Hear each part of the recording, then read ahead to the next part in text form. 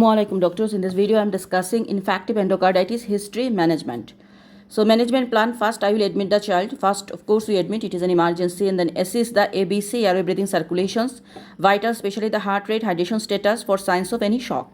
Then I will do the full cardiovascular examinations, general examination for signs of any infective endocarditis, abdominal examination for tender hepatomegaly, notify infectious disease team if suspecting COVID, involve my senior and consultant, and if COVID don't forget to wear PPE.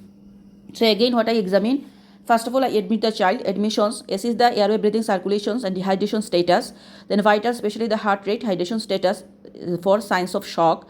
I will do the full cardiovascular examinations, general examination for signs of infective endocarditis, abdominal examination for tender hepatomegaly, notify infectious disease team if suspecting COVID, involve my senior and consultant if COVID, don't forget to wear PPE. Then I will involve the multidisciplinary team, that is cardiologist, dietitian, infection control, dietitian, high calorie diet and dental good oral hygiene. So cardiologist, dietitian, infection control, dietitian and dental, dietitian, high calorie intake. What are the diagnostic criteria of infective endocarditis? There are major and minor criteria. Major are positive blood culture sensitivity for infective endocarditis, organism with 12 hours apart or 3 out of 4 samples with 1 hour apart, and endocardial involvement. So measures are positive blood culture sensitivity of infective endocarditis organism in 12 hours apart, 3 out of 4 sample with 1 hour apart. So 1 hour apart, 3 or 4 sample within 12 hours, and endocardial involvement.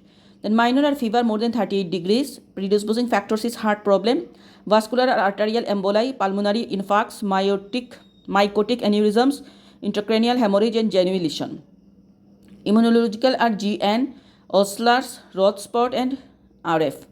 Microbiological positive blood culture sensitivity but for a non-infective endocarditis organism.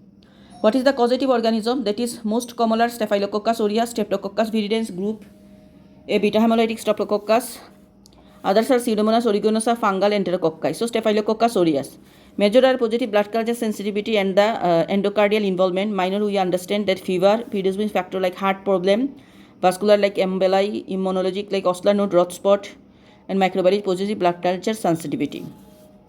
For infective endocarditis investigations we are doing, bloods are full blood count, CRP, ESR, LDH, ferritin, D-dimer, ASOT and culture sensitivity.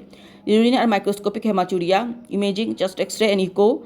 Others are ECG, swab, COVID-19, avian, flu, H1N1. So blood, full blood count, ESR, CRP, ferritin, LDH, D-dimer, ASOT and culture sensitivity. Urine microscopic hematuria, imaging, chest X-ray in echo. Others are ECG and swab, COVID-19, avian, flu. Treatment is that admission and starting the empirical antibiotic. Remember, admission and starting empirical antibiotic. IV antibiotic for 4 to 6 weeks according to culture sensitivity. Streptococcus viridans we are giving penicillin plus gentamicin and amphotericin. Staphylococcus aureus we are giving flucloxacillin plus gentamicin and amphotericin. Staphylococcus faecalis we are giving amoxicillin plus gentamicin and amphotericin. Candida flucytosine plus gentamicin and amphotericin. If vegetations or prosthetic valve, vancomycin plus gentamicin. For infective endocarditis prophylaxis 60 minutes before procedure, oral amoxicillin. If allergic to penicillin, so clindamycin. Okay, what is the indications of surgery in infective endocarditis? Number 1, failure to medical treatment, prosthetic valve, patch, homograft and pacemaker. Again the indications of surgery, failure to medical treatment, any prosthetic valve and patch, homograft and pacemaker. Prevention of infective endocarditis are good dental hygiene, good nutritional support, avoid tattooing, plus minus exercise restrictions, antibiotic prophylaxis in rheumatic fever only, long-acting penicillin or erythromycin for 10 years. So long-acting penicillin or erythromycin for 10 years or till the age of 21 years, which is longer. High risk group, consider antibiotic prophylaxis after cardiologist consultations, a prosthetic valve or valve repair with prosthetic material, previous infective endocarditis, cyanotic congenital heart disease, surgical repair CHD for 6 months after surgery, and surgical repair CHD with residual shunt or valve regurgitation for life. So high risk group, we understand that previous infective endocarditis, any congenital heart disease or previous any cardiac surgery. Why not routine antibiotic prophylaxis? Because of no proven effectiveness. First of all, not proven effectiveness, antibiotic resistance and antibiotic side effects.